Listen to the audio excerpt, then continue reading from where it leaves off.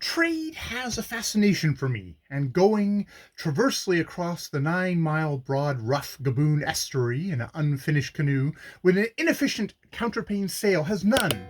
But I return duty bound to this unpleasant subject. We started very early in the morning. We reached the other side entangled in the trailing garments of the night.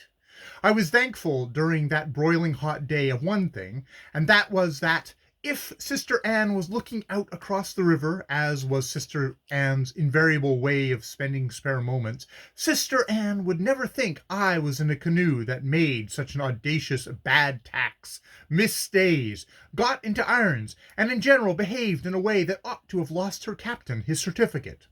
Just as the night came down, however, we reached the northern shore of the Grand Gaboon at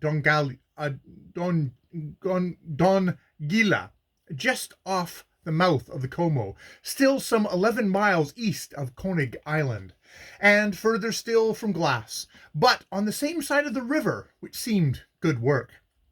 The foreshore here is very rocky, so we could not go close alongside, but anchored out among the rocks. At this place there is a considerable village and station of the Roman Catholic mission. When we arrived, a nun was down on the shore with her school children, who were busy catching shellfish and generally merrymaking. A banjo went ashore in the tender,